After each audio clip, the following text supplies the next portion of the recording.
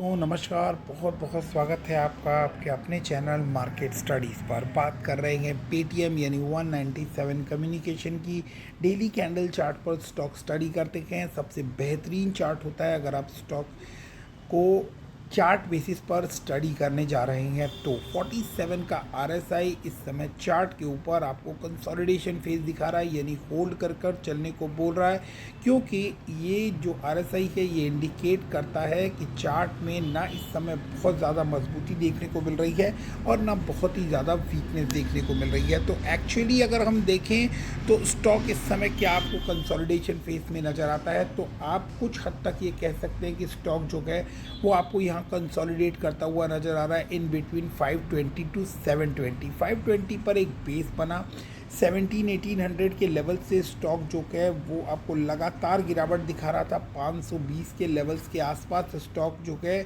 510 से 520 के आसपास आपको यहाँ पर डबल बॉटम बनाता हुआ नज़र आया और उसके बाद आप देख सकते हैं स्टॉक में एक तेज़ी आई। 720 के लेवल्स जो हैं वहाँ से वापस रिट्रेस हुआ और 520 टू 510 के रेंज पर सपोर्ट लेकर वापस आपको आगे बढ़ता हुआ नज़र आ रहा है। फिलहाल कुछ समय की बात करें तो 26 मई के पीरियड के बाद से देखेंगे तो आपको स्टॉक के अंदर जो मोमेंटम है, जो वोलेटिलिटी है वो और कम होती हुई नज़र आ रही है, जो कि इंडिकेट करती है कि स्टॉक के अंदर आपको एक बड़ा एक्शन देखने को मिलने वाला है।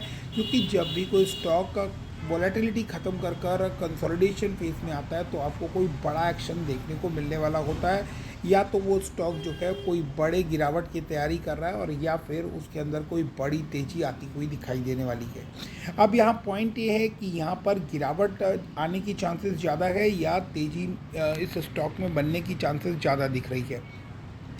सबसे पहली बात कि 520 रुपये के नीचे इस स्टॉक के अंदर फ्रेश गिरावट आपको देखने को मिलेगी, ये बात बिल्कुल क्लियर है, क्योंकि इसने इन लेवल्स के आसपास अपने लोज बनाए हुए हैं। लेकिन यहाँ पॉइंट ये है कि जो जब इसने लोज बनाए हैं तो पहला लोज जो है वो 522 के आसपास बना है और दूसरा अगर आप देखेंगे तो वो तकरीबन 515 के आसपास बना है।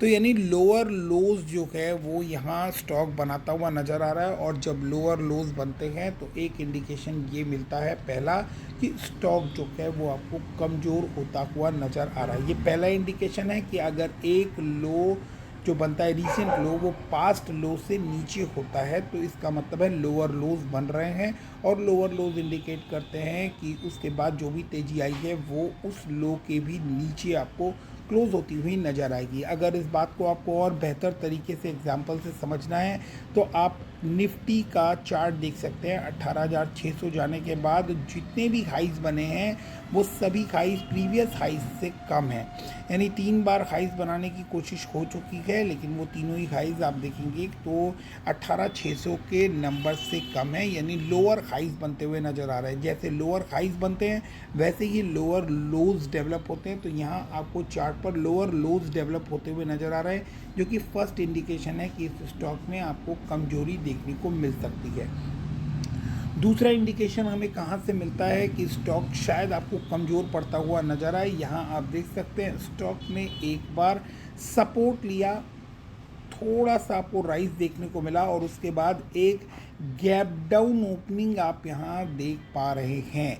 तो जब गैप डाउन ओपनिंग आती है तो गैप डाउन ओपनिंग एक वीकनेस का संकेत होती है, अनलेस अनटिल वो गैप डाउन ओपनिंग जो है वो जो है वो क्रॉस होती हुई ना नज़र आए, यानी इस लेवल के ऊपर स्टॉक ट्रेड करना ना स्टार्ट करे, तब तक आप स्टॉक के अंदर कमजोरी ही कंसीडर कर कर चलिएगा। यानी 810 रुपये के ऊपर जब तक स्टॉक नहीं निकलता, 720 के ऊपर निकले तो आप ये कंसीडर कर सकते हैं कि जो गैप डाउन ओपनिंग आई थी या ये जिस लोअर रेंज के अंदर आपको फंसा हुआ नज़र आ रहा है, जिस रेंज के अंदर 520 से 720 की जो रेंज बनती है उस रेंज से ये बाहर निकल गया। लेकिन मजबूती का संकेत आपको तभी मिलेगा जब एक बार ये स्टॉक आपको 810 रुपीज़ के लेवल्स क्रॉस करता हुआ नज़र आता है।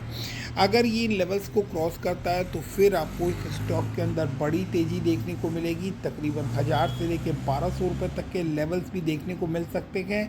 लेकिन अगर ये लेवल्स क्रॉस नहीं होते तो स्टॉक पर आपको काफ़ी दबाव देखने को मिल सकता है और आने वाले समय में स्टॉक आपको काफ़ी बड़ी गिरावट भी दिखा सकता है।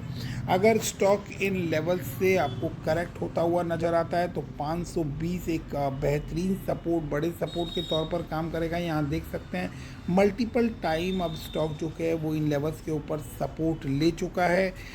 तो इन लेवल्स के ऊपर भी जो है आपको नज़र बनाकर रखनी होगी। इन लेवल्स से नीचे ही आपको फ्रेश गिरावट देखने को मिलेगी। तो अपने रिस्क एपेटाइट के अकॉर्डिंग एक स्टॉप लॉस आप इन लेवल्स के आसपास मेंटेन कर सकते हैं। तो 600 रुपये के लेवल पर अगर आप ये स्टॉक बाई कर रहे हैं तो 500 रुपये के लेवल पर एक स्टॉप लॉस लगाकर इस स्टॉक के अंदर बना रहा जा सकता है। लेकिन अगर आपने ऊपर के लेवल्स पर बाइंग की हुई है और बल्क बाइंग की हुई है तो फिर जैसे ही स्टॉक के अंदर कोई भी बड़ा मोमेंट आता है और स्टॉक जो है वो आपके लॉस को कम करता है या फिर आपके प्रॉफिट को बढ़ाता है तो उन लेवल्स के ऊपर आप इस स्टॉक के अंदर थोड़ी प्रॉफिट बुकिंग या लॉस मिनिमाइजिंग कर सकते हैं। होपफुली वीडियो आपको अच्छा लगा हो तो वीडियो को लाइक और चैनल को सब्सक्राइब करना ना भूलें। मिलते हैं अगले वीडियो में, तब तक के लिए stay fit, stay healthy, stay invested. कोई भी सवाल या सुझाव हो तो कमेंट सेक्शन में ज़रूर दीजिएगा। Thank you very much.